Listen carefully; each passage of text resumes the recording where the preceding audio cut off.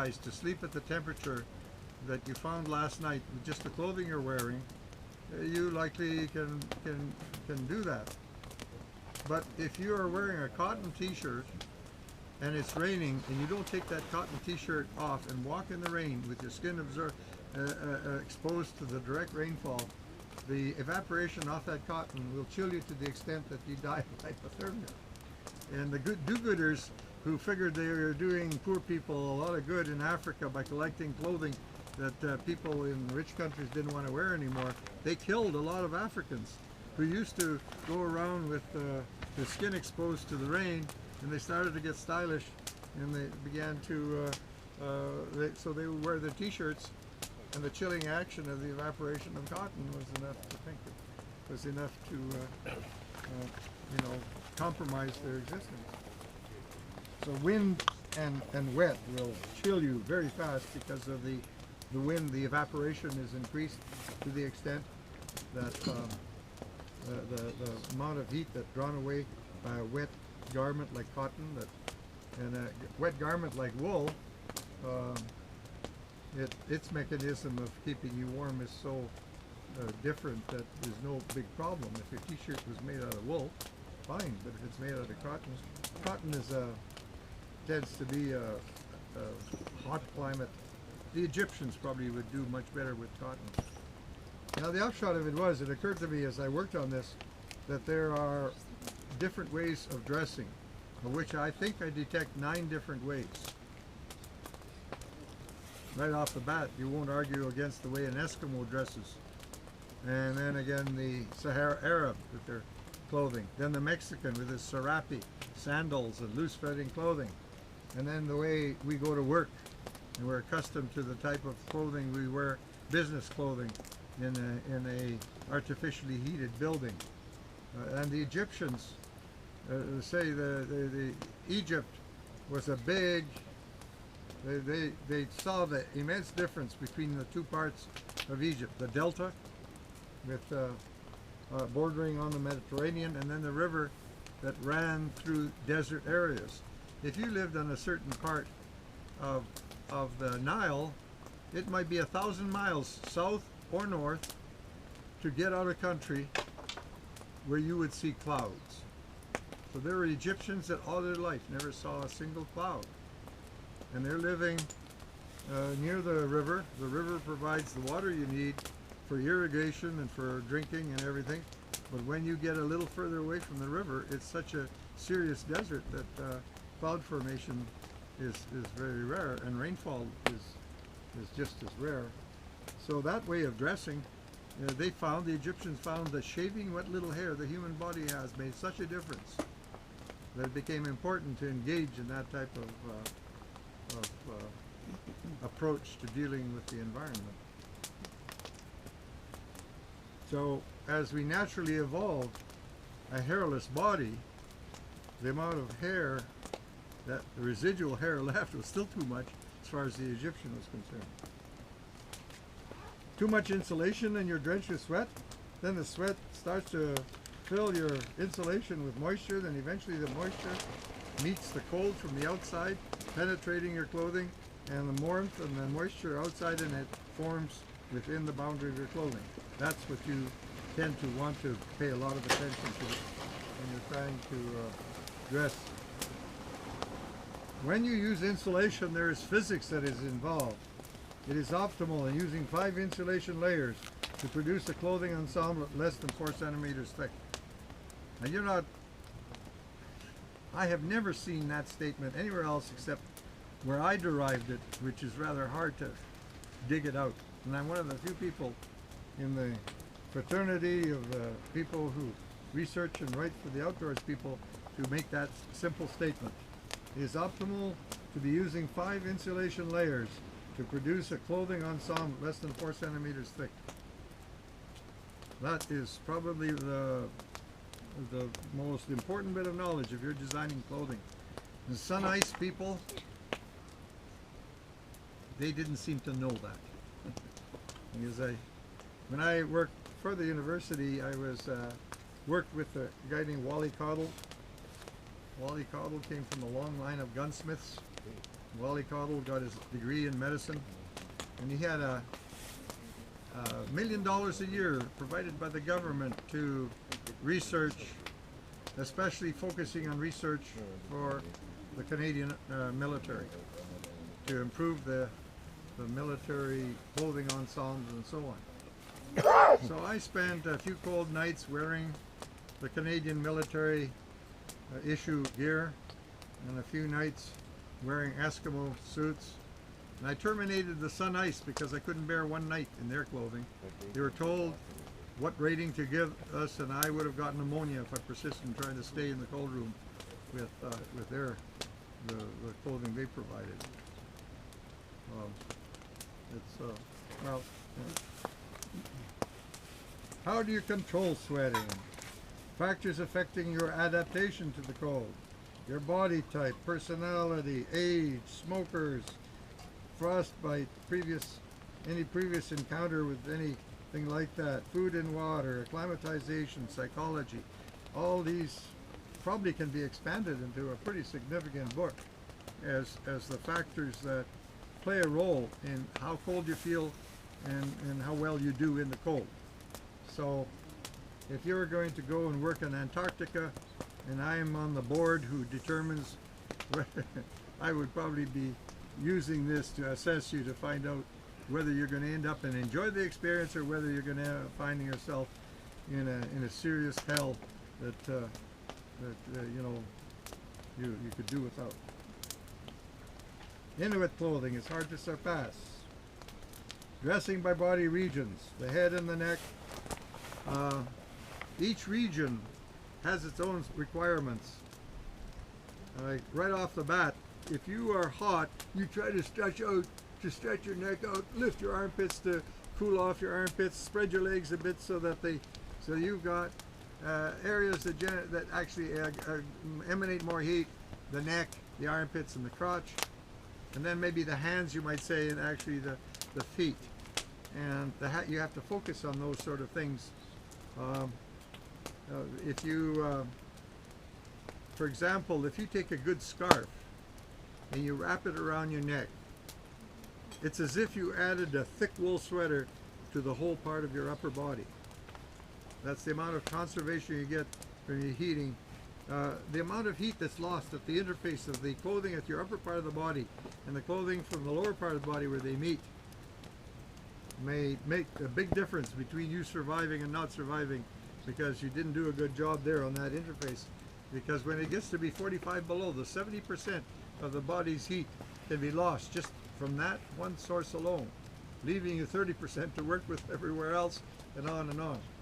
So I'm just trying to impress you how complex it is. The important, the role and importance: winter headgear, neck protection, cold. A hood almost doubles the effectiveness. So when you're walking around and you've got a windbreaker and it's got a hood, putting the hood down is like taking off a thick wool sweater. Putting the hood up is like putting on a thick wool sweater. And I remind you that you're allowed only 4 centimeters of thickness, because if you've got 6 centimeters of thickness, you'll discover for some reason you're wearing all that clothing and you're colder than you are with 4 centimeters. It's some kind of a physics. That's kind of, I'll even claim I don't understand what it is, but it's there. Well, if I want to tell a story, my sister's roommate, she had some kind of an exercise where they give you a certain, you're told that you're going to pick up a certain amount of dry ice, and you have to enclose it so that it takes the longest possible time to melt. And when she showed up with that, I said, "Oh, see, from what I know about clothing, la da da, la da da, la da da." I said, "Oh, you don't do this, you do this, you do this." And when she came back, she said that the instructor never saw someone do so well. She got the boost of what I had learned with regard to a lot of things, so she would know what the parameters were, and so as a result, she was able to control the melting of that dry ice better than anybody else in her class, because these rules of science, these rules of physics, they're there if only you can pin them down and extrapolate them. The most difficult thing is to is to go to any physics or chemistry text that talks about fire, ordinary fire. You know, there's the physics and chemistry of combustion is not described very often by text, but some text will have a little here, another text will have a little from another. Pretty soon, if you read enough physics, university physics text, you round out the picture, but it takes years to be able to ferret out there's no one else that talks about the effect of a fire is equal to 1 over the distance from it cubed, unless they're copying from me. Face mask, summer headgear, winter headgear, sanitary layer. So when you're wearing clothes, the layer touching your skin, I call it the sanitary layer because it absorbs the oils and the cells and everything from your skin. And that's a very important layer that has the certain function. If you accentuate that function, you're so much better off. And it means that the sanitary layer is something that maybe should be launderable very frequently, maybe 5 times as often as the insulation layers. And then you've got the environmental layer, which takes the brunt of external filth and dirty and whatever, and that too should be subjected to, you know, definitely you should launder it before it starts to get so greasy and dirty that it's starting to shine. I've met a lot of people that with that regard that you almost think they slept in a crankcase or something. Fishnet, what it does, proper fit in underwear. The sanitary layer should confine to your, it should be elastic enough to have no voids between it and the skin. Then the next layer is the environmental layer, which has a special role sometimes to defend against the rain, sometimes to defend against the wind, or wind and rain, and to take the brunt of the abrasion, take the brunt of anything dirty in the environment, ends up being collected by that. And sandwiched between those two layers is the insulation layer, which you know now that if you're an active person and you're active and you're wearing more than 4 centimeters, your knowledge, you're your worst enemy, because you're so drenched and so inconvenienced by the brutal action of the tendency for evaporation to keep you cooled, you're chilled, etc., etc. But anyway, when you got all your layers going to the point where you're wearing all the layers because it's so brutal out, you should wrap that around your head, and if you suffocate, you the insulation layers are not porous enough. I don't know. There is vapor permeability.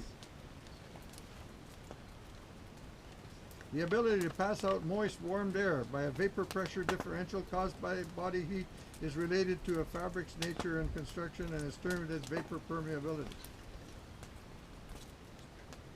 And then it describes what they might be.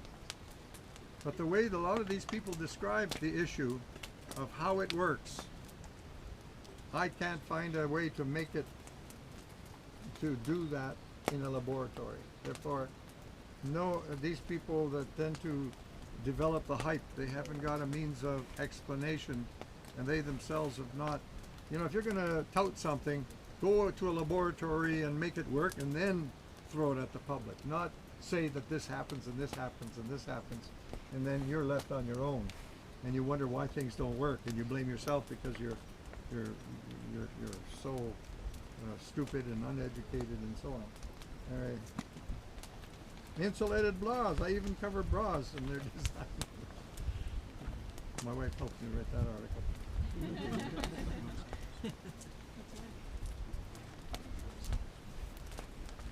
Vests. Outer protective layers for dry cold. Windproofs. What's a windproof garment? What's a water repellent windproofs? Other desirable features. Zippers.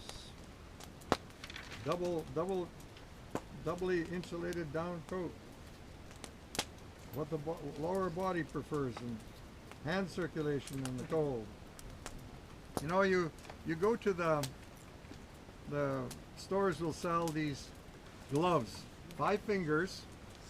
They are all cut off like this. Then there is a glove tip that goes over top. It's supposed to protect your fingers when you're not really using your fingers. Now, first of all, they put it so that it's attached here and you pull it back. And when you put it here, the snow and everything gets in under there and so on. It's got to be attached here so that the palm prevents all that happening. Why are they cutting off these fingers? Why are they making them separate? They should be together to help warm each other, just like you never really see a sleeping bag that's shaped like a pair of pants. Your legs have to be side by side to help keep each other warm in that dynamics, and on and on. So you'll find that in general, the people that do stuff out there don't stop and think about things, don't take their product and wear it out under various conditions until they get a good idea of how it functions and how to maximize it and so on. And then you know, the hands, for example, you could write a 400-page book just about the design of the gloves and mitts and other hand protection that you use right in throughout the world by mankind in general.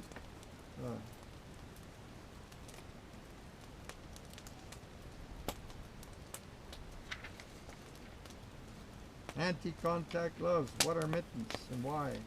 Boiled mittens.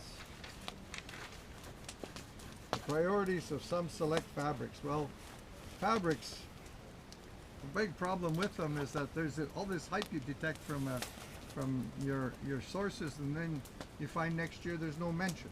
They moved on. So as you write sort of articles, you have to sort of say, well, I am talking about nylon and Orlon and a gazillion other, Nomex and all that. And I would say I have no idea if this is popular ever and so on, but historically it played a role, and this is what it's all about. And then you go from there. So the fabrics are kind of ephemeral, constantly changing. Wool is described in extreme detail.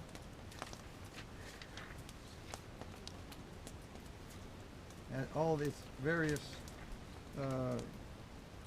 pros and cons. Cotton, pros and cons. Nylon, flax, polypropylene.